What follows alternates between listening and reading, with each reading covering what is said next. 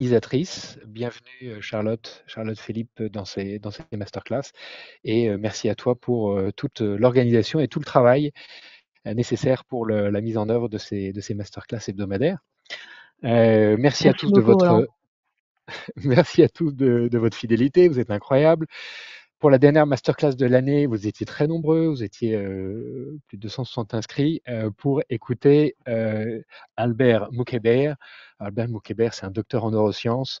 Si vous voulez tout savoir sur la validité des tests de personnalité, sur le paradoxe du cobra, sur l'opposition, est-ce qu'il y a vraiment une opposition entre cerveau reptilien et cerveau rationnel, sur la vérité sur toutes les méthodes de développement personnel, je vous invite à réécouter cette masterclass d'haute volée sur notre chaîne YouTube ou sur votre plateforme de podcast préférée. Les masterclass sont rendues possibles par le support d'Incentive. Incentive, c'est un éditeur de logiciels français. On travaille aujourd'hui dans une vingtaine de pays pour motiver les réseaux commerciaux, les réseaux de distribution. On travaille avec des sociétés comme Société Générale, BNP Paribas, Groupama, Darty, Orange, LG. Voilà. Si vous êtes intéressé par remotiver vos équipes en début d'année ou animer un réseau de partenaires, n'hésitez pas à contacter nos équipes. La page de publicité est terminée. Charlotte, est-ce que tu peux nous faire le portrait de notre invité du jour, Jérôme Giacomani? Oui, bien sûr. Alors, Jérôme, vous êtes le cofondateur et président de l'entreprise Aérophile, le leader mondial du ballon captif. Étudiant à l'école polytechnique, vous créez le premier club d'aérostiers et passez votre brevet de pilote de montgolfière. Puis, vous complétez votre formation scientifique à la Business School de l'École des Ponts, ce qui vous permet de vous préparer aux défis de l'entrepreneuriat et du management. Dès la sortie de l'école, vous fondez avec Mathieu Gobi la société Aérophile, avec l'ambition de faire prendre de la hauteur à des millions de touristes dans le monde. Vous installez votre premier ballon captif à Chantilly, puis au parc André Citroën, juste à côté d'ici. Puis les succès s'enchaînent, entre Disney World en Floride ou encore le Temple d'Angkor au Cambodge. En 2021, vous êtes approché par le comité d'organisation des Jeux Olympiques et vous développez, en collaboration avec EDF, le ballon qui sera la basque emblématique des JO de Paris 2024, admiré par plus de 5 milliards de téléspectateurs. Ce moment a marqué la reconnaissance de votre parcours exceptionnel, non seulement dans le domaine des affaires et de l'innovation, mais aussi pour sa contribution à des causes plus larges. C'est un immense privilège d'avoir contribué à cet emblème représentant les valeurs universelles de fraternité, de dépassement de soi, d'esprit d'équipe et de performance, des qualités que vous incarnez tout au long de votre carrière. Vous êtes la preuve vivante qu'on peut faire de ses rêves et de ses passions une réalité et un business solide. La communauté des masterclass de l'excellence managériale est ravie de vous accueillir. Merci Charlotte. Alors, bienvenue Jérôme, bravo pour ce parcours. Alors, tu nous disais juste avant le commencement là que vous alliez fêter le 14 janvier le 32e anniversaire de la création d'Aérophile, créé juste après vos études avec Mathieu Gobi. Est-ce que tu peux en quelques mots nous raconter ces premiers instants, ces premiers mois, ces premières années, un plongée dans le grand bain de l'entrepreneuriat à peine sorti des bancs de l'école? Alors en fait, on n'était même pas sorti des bancs de l'école, c'était au siècle dernier, une époque maintenant qui nous paraît fort lointaine. C'était en 1993 et on était encore à l'école des ponts, c'est-à-dire qu'on avait fini l'X, mais après, tu as l'école d'application et donc le stage de fin d'études de l'école des ponts, on avait décidé de créer une boîte et à l'époque, c'était vraiment quelque chose de totalement étonnant puisque tu avais évidemment pas les startups, le mot n'existait même pas, et que en fait il y avait aucun moyen de financer les sociétés qui devaient se créer. Mais donc on avait profité de ce petit créneau de 6 mois pour tester une idée qu'on avait eue avec Mathieu. On faisait voler les étudiants en montgolfière, tout le monde adorait ça, et on s'était dit mais pourquoi ne pas proposer un système qui baisse drastiquement le prix du vol, parce qu'aujourd'hui, un vol en montgolfière, ça coûte à peu près 200 euros. Et donc, l'idée, c'était de développer un système de ballon captif. Et le ballon captif, contrairement à la montgolfière, est retenu au sol par un câble. Et contrairement à la montgolfière, qui est un ballon à air chaud, c'est un ballon à gaz rempli d'hélium. Donc, en fait, on peut le laisser gonfler en permanence et on peut en permanence monter des visiteurs pour un vol de 10 minutes. Du coup, le vol, au lieu d'être 200 €, parce qu'un vol en montgolfière, c'est au moins 1 heure, eh bien, on peut diviser le prix par 10 et on est autour de 20 €. C'est à peu près le prix aujourd'hui de nos vols. Donc, on a eu cette idée avec Mathieu et hasard incroyable des choses, la première personne à qui on l'a proposé, c'est le Jardin des Tuileries quand même. Et donc, il nous a fallu 32 ans pour pouvoir réaliser notre rêve, puisque comme vous le savez, on n'a pas réussi au Jardin des Tuileries, hein, puisque, enfin, on a réussi, mais il y a que quelques mois. Mais à l'époque, le projet avait suscité un certain intérêt, mais c'était très compliqué, les autorisations, etc. Et du coup, on s'était tourné vers le château de Chantilly, qui, en 93, cherchait à diversifier son offre et surtout à augmenter sa fréquentation. Et donc, on a mis notre premier ballon à Chantilly en avril 1994. Donc, on a créé la société le 14 janvier 1993. On a mis qu'un an pour développer le concept, le fabriquer et faire le premier vol. Ça paraît dingue quand j'y réfléchis, ça me paraît complètement fou d'avoir pu faire ça aussi vite et d'avoir trouvé des financements. Là aussi, c'était une histoire très longue à raconter, mais qui était vraiment une aventure, puisqu'à l'époque, il y avait effectivement aucun fonds d'investissement, il n'y avait aucun moyen de financer des boîtes. Les banques, évidemment, ne prêtaient pas de l'argent à des jeunes de 25 ans. Et donc, c'est comme ça qu'on est parti à Chantilly. Et Chantilly a été un énorme succès. On a eu les honneurs de toute la presse. Et tout de suite, grâce à Chantilly, grâce au succès de Chantilly, ça nous a permis de nous lancer dans différents autres sites. Évidemment, après Chantilly, en 95, on a fait Cheverny, le château de Cheverny. Et puis après, tout de suite, on a vendu en Chine, en Allemagne, en Australie.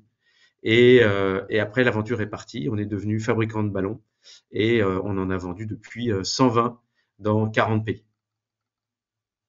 120 ballons dans 40 pays. Alors, si on reprend un peu l'histoire, tu crées l'entreprise, si je calcule bien, 110 ans après le premier vol captif par Jean-François Pilate du Rosier sur la place de la Concorde, je crois, ou non, le jardin du Ranelagh. Je crois que c'était à l'époque le jardin du château de la Muette.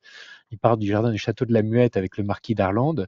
Il y a un premier vol captif le 15 octobre et puis le 21 novembre, ils décollent pour 25 minutes et ils atterrissent du côté de la butte aux Cailles. Mais à l'époque, c'était un ballon à air chaud et il faut attendre quelques mois, je crois en décembre, pour que Jacques Charles et Marie-Noël Robert fassent avec un ballon à hydrogène, alors beaucoup plus dangereux que l'hélium d'aujourd'hui, fassent le premier vol en ballon à gaz. Et, finalement, cette histoire, elle vous a beaucoup inspiré. C'est là qu'est né, c'est finalement place de la Concorde ou aux Tuileries qu'est né l'aérostat pratiquement.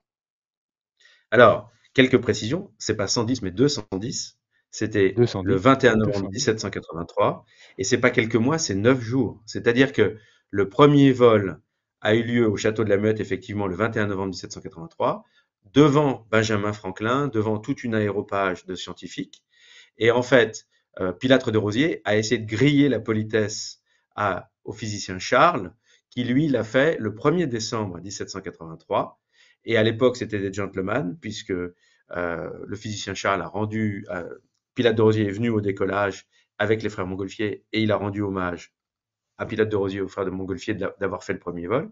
Et surtout, Pilate de Rosier a fait le décollage dans le bassin, l'exact bassin où nous avons mis la vasque olympique. C'est-à-dire qu'il a décollé Incroyable. de l'endroit exact où nous avons mis la vasque olympique. Et là aussi, c'est une série de hasards parce que en réalité, les décisions qui ont été prises pour mettre cette vasque olympique ont été une série de décisions. Et tu imagines que ça n'a pas été immédiatement. On s'est dit tiens, on le met là parce que c'est là qu'il y a eu le premier vol. Pas du tout.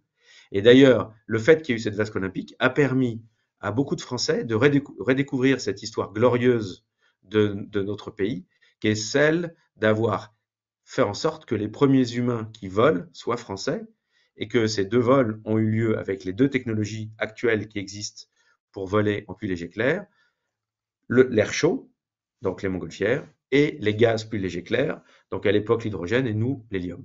Voilà. Donc c'est quand même une période historique qui est totalement incroyable et le fait qu'effectivement on ait eu l'honneur de remettre notre vasque olympique à l'endroit où le physicien Charles avait fait son expérience, c'est incroyable, sachant que le ballon du physicien Charles est l'exact, ou plutôt nous sommes l'exacte réplique du ballon du physicien Charles.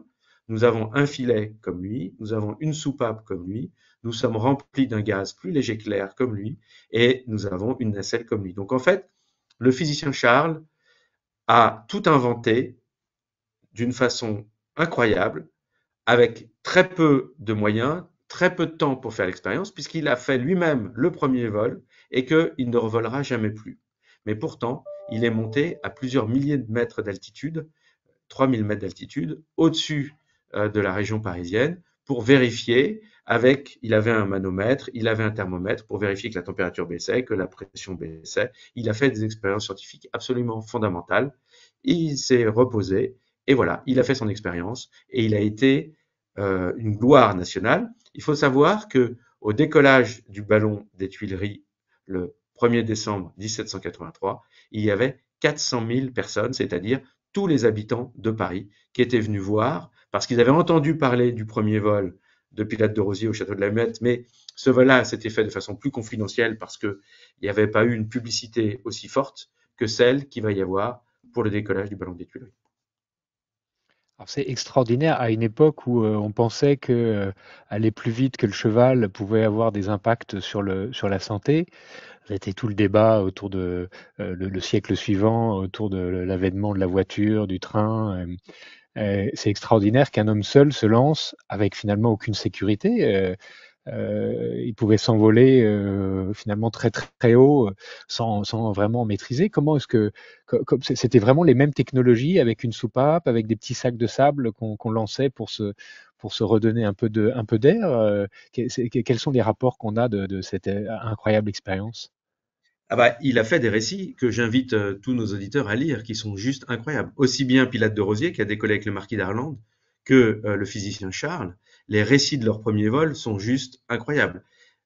Charles a pris beaucoup de risques, mais Pilate de Rosiers en a pris probablement plus. Et d'ailleurs, il va être la première victime de l'air, puisque il va essayer de traverser la Manche avec un ballon qui était un mixte du ballon du physicien Charles, c'est-à-dire avec une enveloppe d'hydrogène, et de la montgolfière avec de, un- un- une sorte de foyer qui faisait de la fumée, parce qu'à l'époque, ils pensaient que c'était la fumée qui faisait voler, alors que c'est l'air chaud.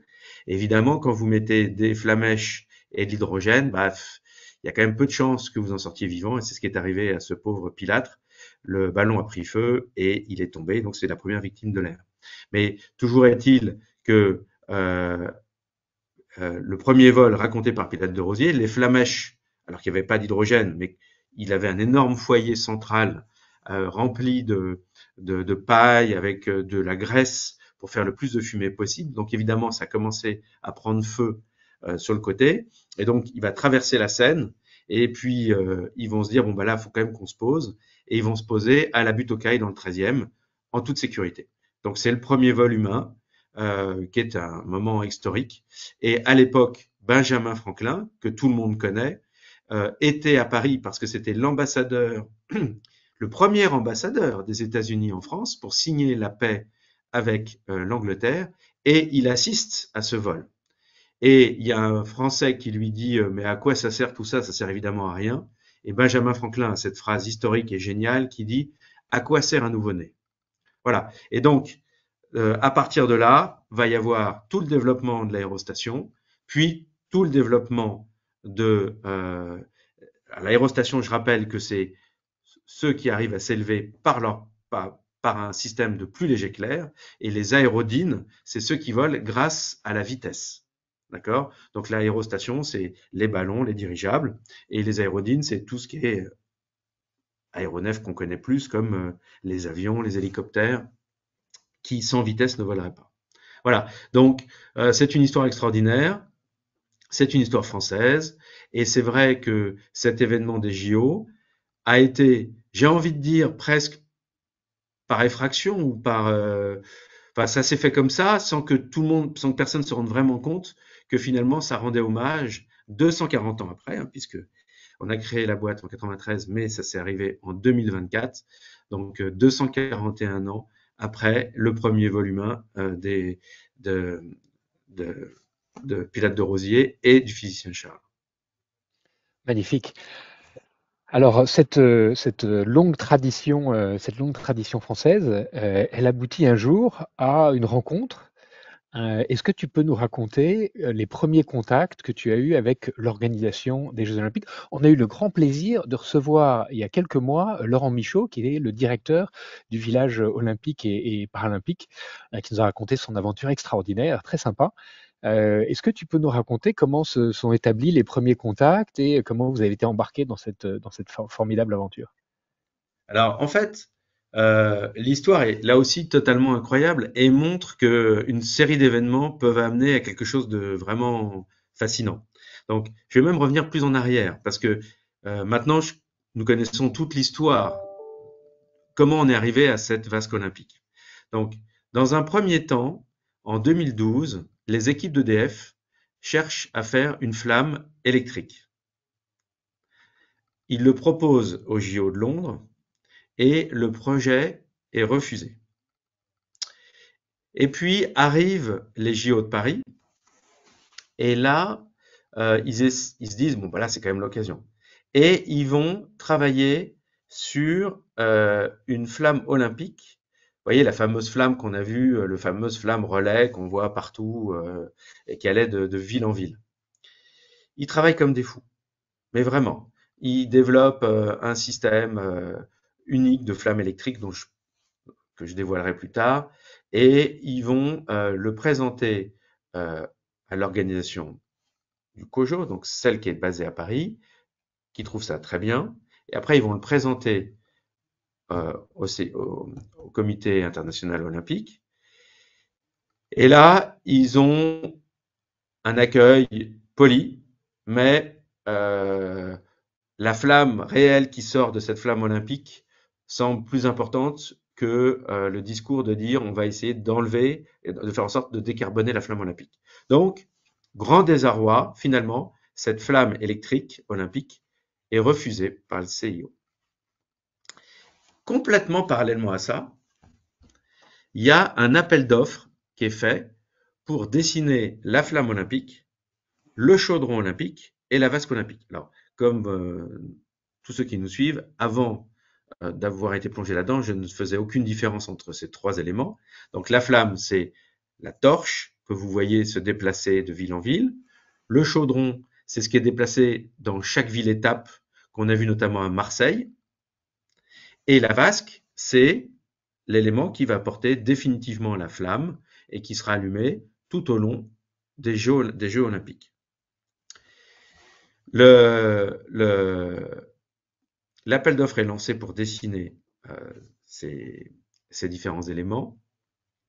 Et c'est Mathieu Lehanner, un designer mondialement connu, absolument génial et extrêmement sympathique, qui gagne À l'appel qui on doit d'offres. le nouveau Grand Palais, notamment.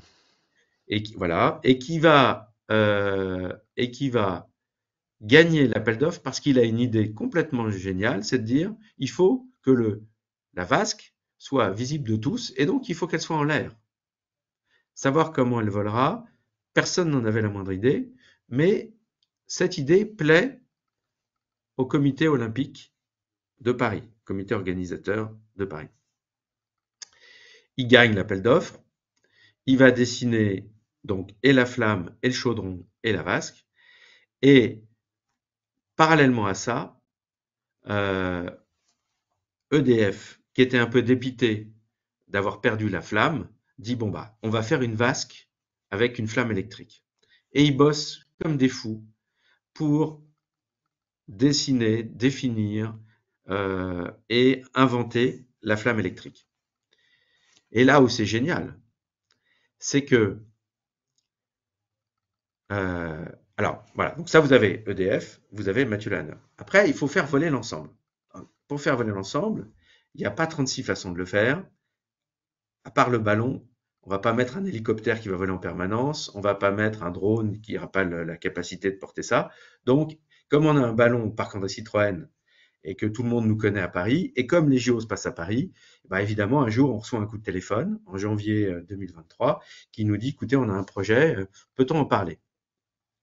On signe tout un tas d'accords de confidentialité, et puis il nous parle du projet. Et on va commencer à travailler.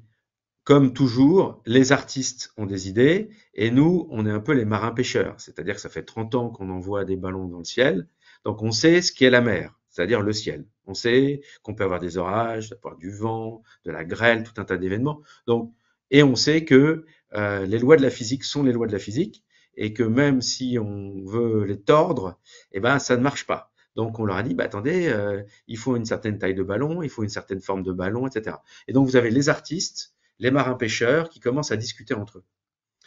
Et ce qui est génial, c'est qu'en vrai, un ballon peut pas voler avec une flamme, enfin avec une vraie flamme, avec en permanence des flamèches de méthane, de propane ou je ne sais quoi. Et donc, bah, la flamme électrique est devenue une évidence. Il n'y avait pas d'autre choix que une flamme électrique quand vous avez un ballon. Et donc, c'est grâce au ballon qu'il y a eu la flamme électrique, et c'est grâce à la flamme électrique qu'il y a eu un ballon. Parce que sans la flamme électrique, on n'aurait pas pu faire le ballon. Mathieu Le Hanner n'aurait pas gagné son appel d'offres. Et donc, en réalité, il y a eu un travail extraordinaire pendant 1 an et demi entre EDF, Mathieu Le Hanner et nous pour développer cette fameuse vasque olympique. Donc, voilà ce qui s'est passé. Donc, il y a eu toute une période de calcul pour calculer la taille du ballon, parce qu'en fait, évidemment, les artistes voulaient une énorme vasque, on leur a dit bah non, quand ça vole, il faut que ce soit pas trop lourd. Et puis nous, il a fallu qu'on se plie aussi aux artistes, parce que les artistes nous disent bah nous, on veut pas voir vos instruments, on veut pas voir vos boulons, etc. Donc en fait, c'était super parce qu'on a travaillé comme ça, en toute intelligence, parce que les artistes nous écoutaient, nous écoutions les artistes, et c'est comme ça que vous avez eu ce chef-d'œuvre, il faut quand même le dire, je pense qu'on peut vraiment le dire, ce chef-d'œuvre de design fait par Mathieu Le Hanner, qui a fait le tour du monde et qui a été reconnu comme un des symboles les plus emblématiques des JO. Alors toute cette organisation, finalement, elle se passe dans le plus grand secret. Parce que la vasque, elle a été vraiment dévoilée au tout dernier moment. Comment est-ce qu'on travaille sur un projet de cette ampleur en toute confidentialité? Parce qu'en plus, c'est gros un ballon, il faut le construire, il faut de l'espace. Comment ça se passe? Comment on maintient ce secret aussi longtemps? Eh ben, écoutez, c'est quand quelque chose de supérieur vous guide, voyez, eh bien, vous êtes comme un soldat et vous gardez le confidentiel défense. Et en fait, il y a eu des centaines de personnes qui ont travaillé sur le projet. Et en fait, personne n'a rien dit. Et ça, c'est extraordinaire. L'autre chose qui était vraiment extraordinaire dans cette expérience, c'est que ça m'a rappelé mon service militaire, parce que ceux qui nous écoutent, avant Chirac, on faisait tous un service militaire. Et donc, on recevait les ordres au dernier moment. Vous voyez? C'est-à-dire que on nous donnait ce qu'on devait savoir à la dernière seconde et on nous donnait pas plus d'informations que ce on devait savoir. Et ça, c'est génial. C'était extrêmement stressant parce que, enfin stressant, c'était extrêmement, oui, c'était stressant parce que on ne savait pas le jour même ce qu'on allait faire le soir. Et on a reçu les plus grandes personnalités à la Vasque. Jamais personne nous disait qui venait. Et donc on se retrouvait avec le maire de Los Angeles, le président du CIO, les ministres qui étaient à l'époque démissionnaires, mais que tout le monde connaît. Voilà, donc c'était assez incroyable. Plus tout un tas de grands patrons, et jamais on ne savait. Et pareil, il y avait 5 grands événements qui étaient cérémonie d'ouverture, de clôture, et puis la grande fête du 14 septembre. Et là aussi, on avait nos informations qu'à l'extrême dernière seconde, parce que tout devait rester confidentiel. Donc, règle numéro 1, vous donnez que les informations que vous devez connaître. Règle numéro 2, vous les donnez au dernier moment. Ce qui fait que on était mobilisable H24. Vous voyez, c'est arrivé qu'on ait dû venir un matin pour rencontrer quelqu'un d'important, et puis le soir, on volait jusqu'à 2 heures du matin. Donc, ça a fait des journées très intenses. Donc, c'est vrai que, eh bien, c'est un peu comme quand vous grimpez en haut de l'Everest ou du Mont Blanc. Euh, Vous êtes super content dans la préparation, vous êtes super content pendant le moment, mais c'est vrai que vous êtes aussi super content quand vous redescendez. Vous dites, je l'ai fait. On a vu bien sûr Teddy Riner, on a vu tous les athlètes autour de cette vasque.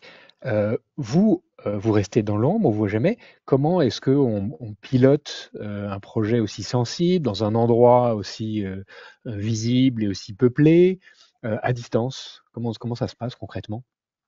Alors, en fait, ce qu'il faut se dire, c'est que euh, les JO, c'est beaucoup une histoire de marque en réalité. Vous voyez, vous avez des marques qui payent un montant important pour pouvoir être vues. Et donc, c'est totalement légitime que l'organisation des JO, pour qui le financement des sponsors est clé dans l'équilibre économique, donne à ses sponsors l'exclusivité de pouvoir parler et citer le nom des JO. Donc, tout ça est légitime. EDF est un partenaire officiel et donc c'était totalement légitime que EDF récupère entièrement l'aspect image, et ils l'ont très bien fait, et ça a super bien marché, de la flamme olympique. Nous, nous sommes fournisseurs, et donc en tant que fournisseurs, nous ne sommes pas habilités à communiquer sur l'événement des JO.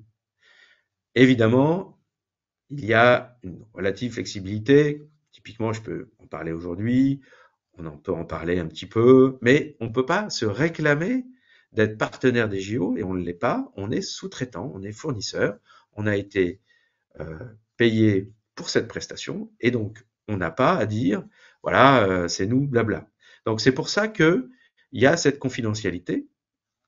Après, on était entièrement et complètement euh, impliqués dans le projet. On voyait pas ça de loin, on était au cœur du réacteur. Ce sont les équipes d'aérophiles qui ont fait voler le ballon, enfin la vasque, tous les jours. Vous voyez, c'est-à-dire que c'était nous qui étions non seulement le fabricant du ballon et du treuil en dessous, mais c'était nous qui, tous les jours, allions animer la vasque. Donc, on était, voilà, on avait un rôle clé, et donc c'est la raison pour laquelle on a été entièrement impliqué dans ce projet qui était extraordinaire. Alors, aérophile, c'est bien sûr des ballons. Tu as rappelé plus de 120 ballons dans 40 pays, 20 aérobars, donc c'est des bars dans les airs. Vous avez également été assez visible pendant les Jeux Olympiques avec des grandes structures. J'ai une photo, je vais essayer de le partager.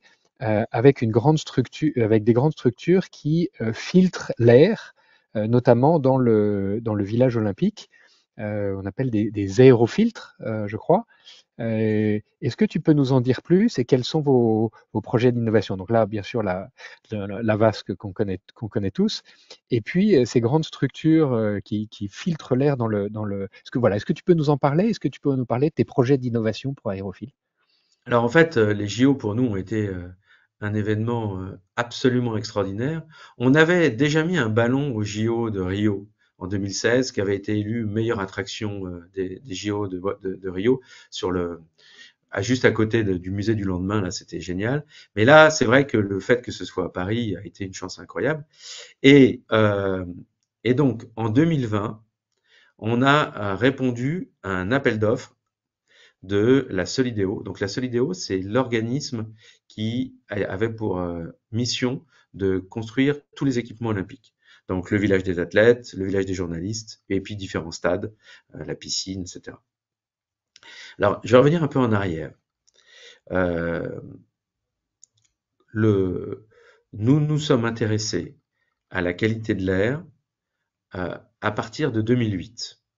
C'est-à-dire que comme le ballon de Paris, le ballon Generali de Paris, était visible de 400 000, est visible de 400 000 personnes dès qu'il s'élève, on s'est dit que il était nécessaire d'utiliser cette visibilité pour informer nos citoyens, pour informer les habitants de Paris de la qualité de l'air. La qualité de l'air, je vous rappelle, il y a justement en 2007, était bien pire qu'est-ce qu'elle est aujourd'hui.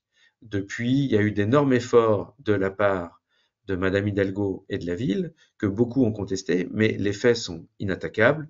Aujourd'hui, la qualité de l'air à Paris s'est grandement améliorée. Et donc, à l'époque, la qualité de l'air était un sujet qui n'était pas encore sur la table, mais qui scientifiquement était prouvé comme un des grands dangers, voire un des dangers majeurs de santé sur une ville comme Paris. Et donc on a décidé en 2008 de faire changer le ballon de couleur en fonction de la qualité de l'air pour informer les Parisiens qu'il fallait qu'ils changent leurs habitudes de vie quand le ballon devenait orange ou rouge. Plus de sport, essayer d'emprunter le plus possible les transports en commun. À l'époque, il y avait peu de vélos. Et ne pas prendre sa voiture qui polluait énormément. À partir de ça, quelques années plus tard, des scientifiques du CNRS sont venus nous trouver parce qu'ils avaient vu qu'on était sensible au sujet et qu'ils pensaient que le ballon pouvait être un produit absolument exceptionnel pour pouvoir emmener des instruments de mesure et mesurer la qualité de l'air. Faut imaginer, comme vous le faites en Arctique, vous savez, on plonge une carotte, on fait une carotte de la glace pour connaître aux différentes couches de glace quels sont les gaz qui ont été pris. Eh bien, notre ballon, il fait un peu la même chose parce que il n'a pas de moteur, pas d'émission de quelque sorte, donc il monte et il descend jusqu'à 300 mètres de haut, et donc il va prendre les exacts constituants de l'air de 0 à 300 mètres. Et ça a une valeur incroyable, d'autant plus qu'on le fait 24 heures sur 24, enfin, en tout cas quand on vole, donc plutôt oui, 8 ou 10 heures par jour, et toute l'année. Et donc, à partir de 2013, on est devenu un véritable laboratoire volant, et Generali, la société d'assurance, qui est l'assureur numéro 1 en Europe, voulait justement, avait déjà fait un programme avec une montgolfière et Jean-Louis Etienne au-dessus de l'Arctique, et donc était très intéressé par toutes les mesures qui étaient faites en ballon. Et donc là aussi, vous avez une conjonction entre Generali, la ville de Paris, le CNRS et nous, pour mieux connaître les polluants dans l'air et pour mieux informer les citoyens de la qualité de l'air. Et donc, ce ballon a commencé à devenir un laboratoire en sus des passagers que nous avons volés. Et donc, nous avions un instrument révolutionnaire développé par Jean-Baptiste Renard qui s'appelle le LOAC et qui est un compteur optique de particules fines. Donc, contrairement à la plupart des appareils de mesure qui mesurent les particules fines, qui, elles, pèsent les particules fines, eh bien, le LOAC les compte grâce à un rayon laser et des systèmes de miroirs par diffraction. Donc, ça veut dire que tout d'un coup, au lieu d'avoir des lunettes, on avait une loupe et qu'en plus, cette loupe nous permettait de voir de 0 à 300 mètres alors que la plupart des lunettes ne voyaient que juste autour d'elles au sol. Et donc, on a commencé à faire des publications scientifiques. C'est grâce à nous, chers auditeurs, que vous avez la vignette critère sur votre voiture parce qu'en fait, un jour, enfin pas un jour, il y a eu un gros épisode de pollution en décembre 2012 qu'on a vu grâce à notre loupe.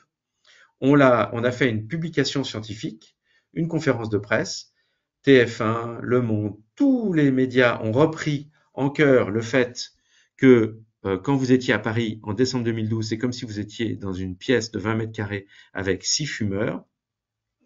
Et donc le lundi, ça paraît dans la presse. Et le vendredi, l'actuel ministre des Outre-mer, qui était à l'époque Premier ministre, annonce à l'Assemblée nationale, sous la pression des députés, la mise en place des fameuses vignettes critères. Voilà. Donc ça veut dire que la science, la communication ont permis des progrès humains pour la santé de tous. Et donc toute cette période-là va nous permettre de travailler avec le LPC2E sur les particules fines, le LISA sur la partie ozone, avec des lidars sur les précurseurs des polluants comme sont les HNO, etc. Et donc nous, on va se passionner pour la qualité de l'air. Et parallèlement à ça, et l'anecdote est absolument vraie, on avait mis un ballon blanc et Anne Hidalgo nous a demandé « mettez pas de ballon blanc parce qu'il devient gris très très vite ». Et donc on a mis un ballon bleu ciel. Le premier ballon Generali était bleu ciel. Et puis on se demandait, on se disait, mais comment se fait-il qu'ils deviennent sales aussi vite? Et on a commencé à s'intéresser à l'électricité atmosphérique. L'électricité atmosphérique, c'est le fait que tous, vous ne le savez pas, mais vous avez entre 100 et 200 volts entre vos orteils et le haut de votre front. En réalité, il y a La Terre est à moins 400 000 volts, l'ionosphère est à zéro. Et donc, entre les deux, vous avez un isolant qui s'appelle l'air. Et donc, vous avez un champ de 100 volts par mètre. Et donc, le ballon, quand il monte à 150 mètres, il est à 15 000 volts de potentiel. Et donc, il va être négatif. Et les petites particules fines tout autour, elles sont positives. Et donc, elles n'ont qu'une envie, c'est de venir se coller sur cette belle enveloppe blanche ou bleu ciel, parce que elles sont attirées. C'est le même principe que quand vous vous coiffez avec votre peigne et que vous voyez les cheveux qui suivent votre peigne. C'est ce qu'on appelle l'électricité statique. Eh bien, ce phénomène qui a été, qu'on a mesuré, qu'on a fait des expériences avec des laboratoires à Toulouse, on l'a mis en évidence, il y a eu aussi des publications scientifiques là-dessus, nous a d'abord beaucoup embêtés puisque le ballon devenait sale très vite. Et puis on a trouvé la solution. On a travaillé avec un laboratoire et une entreprise qui ont développé une lasure photocatalytique. Je ne vais pas rentrer trop dans les détails, mais si votre maison est crade, n'hésitez pas à acheter une lasure photocatalytique puisque ça fonctionne tout seul et que ça nettoie tout seul grâce aux rayons du soleil. C'est un phénomène de mécanique quantique qui est passionnant. Bref, et donc on a pu nettoyer le ballon. Et puis arrive le Covid. Et là, on a plus de temps et on se dit, bon, on a compris ce système, on a compris l'électricité atmosphérique, on a compris la pollution de l'air, mais est-ce que le ballon dépollue l'air et en quelle quantité? Donc, on a eu, grâce au Covid, accès à des jeunes ingénieurs de l'école polytechnique que les grandes entreprises ne voulaient plus parce que leurs bureaux étaient fermés. Il y en a eu un qui était brillant. Il a fait tout un tas de simulations et il nous a montré que le ballon dépolluait autant qu'une surface de 100 hectares. À partir de là, on s'est dit pas mal. Et en rentrant de vacances début août, non fin août, en 2020, je tombe sur une personne qui connaissait nos travaux sur les ballons et qui m'a dit, ah, mais est-ce que tu es au courant qu'il y a un appel d'offres de la Solidéo pour dépolluer le village des athlètes? Je lui dis non. On avait une semaine pour répondre à l'appel d'offres. On a bossé comme des fous. On a répondu à l'appel d'offres. On est arrivé troisième. Ils ont sélectionné les trois premiers. Et après, il y a eu un concours compétitif, c'est-à-dire un dialogue compétitif pendant 4 mois. Et pendant 4 mois, on a donc développé ce qui va être le para-PM ou l'aérofiltre. Et on a gagné. Et donc, c'est comme ça que vous avez eu ces fantastiques ventilateurs qu'on appelle les aérofiltres et que vous voyez au village des athlètes. Et donc, cette techno est révolutionnaire. Nous mettons tous nos efforts pour travailler sur ça. Nous avons équipé une école dans le 9e arrondissement. Nous sommes en train d'équiper le métro de Lyon et les résultats que je ne peux pas dévoiler sont excellents. Et donc, nous espérons pouvoir rendre l'air meilleur dans tous les endroits où l'air est mauvais, donc les métros, les usines, tous ces endroits-là, tout en consommant beaucoup moins d'électricité et beaucoup moins d'énergie que les filtres actuels. En fait, aujourd'hui, on filtre avec des filtres d'aspirateur qui consomment beaucoup d'énergie et qu'il faut changer régulièrement. Voilà l'histoire de la nouvelle branche que nous développons sur Aérophile et sur lequel nous avons mis beaucoup d'efforts et humains et financiers et en énergie personnelle. Alors, on arrive à la fin de cet entretien. On a même débordé notre demi-heure habituelle. Quels sont tes grands projets pour 2025? Qu'est-ce qu'il faut te souhaiter? Qu'est-ce qu'il faut souhaiter à Aérophile, à Mathieu et toi, à toutes vos équipes, hein, après cette formidable année 2024? Comment est-ce qu'on peut aller encore plus loin? Alors, on a un très très beau projet pour le ballon Generali de Paris en 2025 que je ne peux pas révéler, mais qui sera vraiment impactant. Puisqu'en fait, le partenariat avec Generali a été renouvelé et on a un nouveau projet avec eux dans le parc André Citroën et j'invite tout le monde à suivre ça avec attention parce que je pense que ça aura pas mal d'impact. Parallèlement à ça, on a un carnet de commandes bien fourni avec plein de ballons qui vont arriver dans des pays aussi divers que Taïwan, la Lituanie, le Japon, l'Égypte. Enfin, on a plein de projets un petit peu partout dans le monde. Et puis, on a ce développement qui est pour nous très important sur la dépollution de l'air avec ces expériences que nous avons menées dans l'école, dans le 9e, dans des usines et qui est en cours à Lyon. Et on espère vraiment que ça débouchera sur une nouvelle ligne de produits que nous allons lancer. Mais écoute, c'est tout ce que te souhaite. Bravo encore pour pour ces développements. Des suggestions de lecture. Tu as sélectionné deux ouvrages. Le chaos et l'harmonie, la fabrication du réel, Trinh Xuan Tuan, qui est un astrophysicien. Est-ce que tu veux nous en dire un mot? Il faut le lire.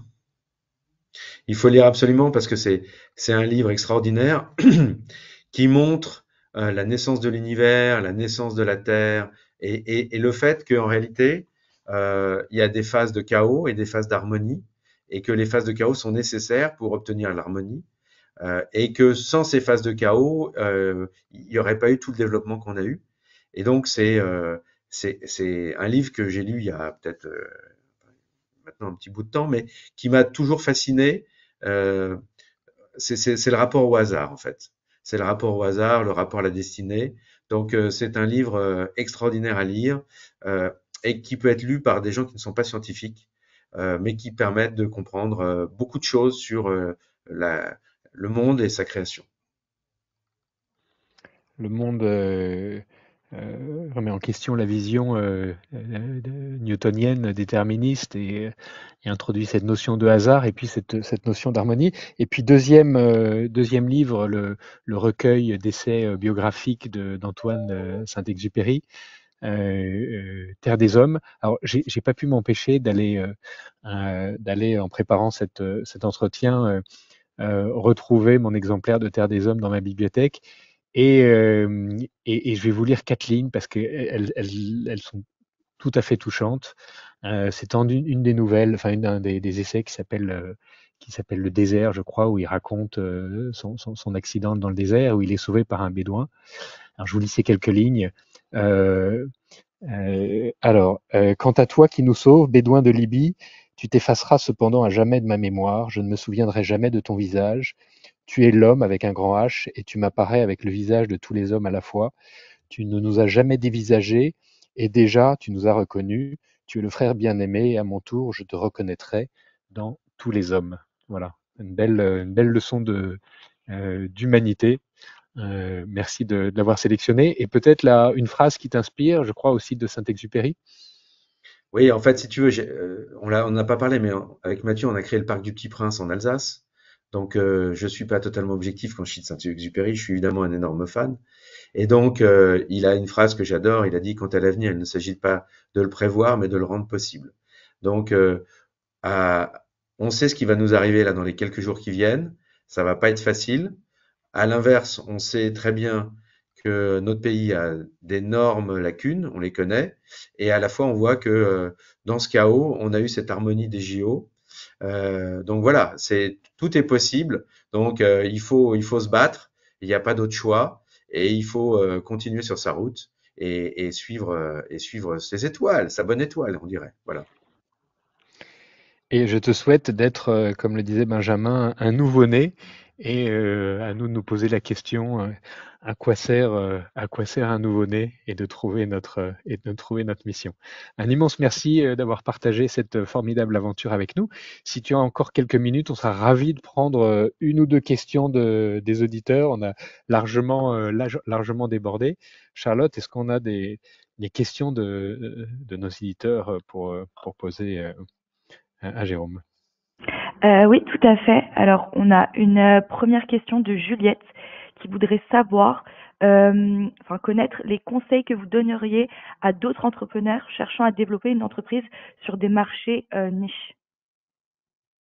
Alors, en fait, si Juliette a joué au tarot, il faut qu'elle se souvienne des trois bouts.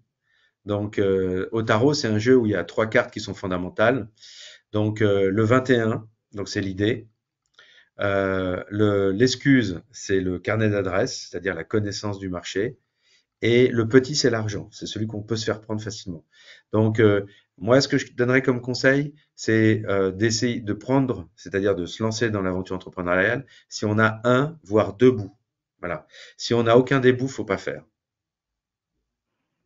Très bien, merci beaucoup. Et on a une autre question qui est de François cette fois et qui voulait savoir si vous avez des initiatives visant à rendre les divertissements aériens plus accessibles à différentes populations comme les enfants ou les personnes à mobilité réduite. Alors, c'est ça qui est extraordinaire avec notre ballon captif, c'est que c'est le seul aéronef, un des très rares aéronefs, où justement il n'y a aucun problème, ni pour les enfants, ni pour les personnes à mobilité réduite, puisqu'on les fauteuils roulants peuvent parfaitement entrer dans le ballon. Et donc, c'est vraiment une attraction tout public, tout âge. On a déjà eu des personnes de plus de 100 ans qui ont volé, et évidemment, on peut prendre des nouveau-nés. Alors là, pour paraphraser Franklin, à quoi ça sert de faire voler un nouveau-né parce qu'il va pas se rendre compte qu'il va voler. Mais en tout cas, au moins à 3-4 ans, déjà, les enfants sont comme des fous. Donc, effectivement, le ballon est justement alors, il y a une chose très importante qu'on n'a pas dite, c'est le seul aéronef électrique homologué pour le grand public. Donc, si vous avez un peu de conscience écologique, on est le moyen aérien le moins polluant du monde. Le moyen aérien le moins polluant du monde et l'aventure la plus extraordinaire de cette décennie et de ces 2 siècles et demi d'histoire de l'aérostat en France. Un immense merci, Jérôme, de nous avoir partagé ta passion, tes projets, tes ambitions pour Aérophile. Félicitations pour nous avoir fait rêver pendant cette année 2024. Bravo pour tous ces projets dans la dépollution de l'air. Bravo pour toutes les contributions que tu as faites pour dépolluer l'air de Paris. Tous nos voeux de succès dans ces nouveaux projets pour 2025. Et je vous donne rendez-vous à tous la semaine prochaine pour une nouvelle édition des masterclass de l'excellence commerciale. Merci de votre fidélité à tous. Merci Roland.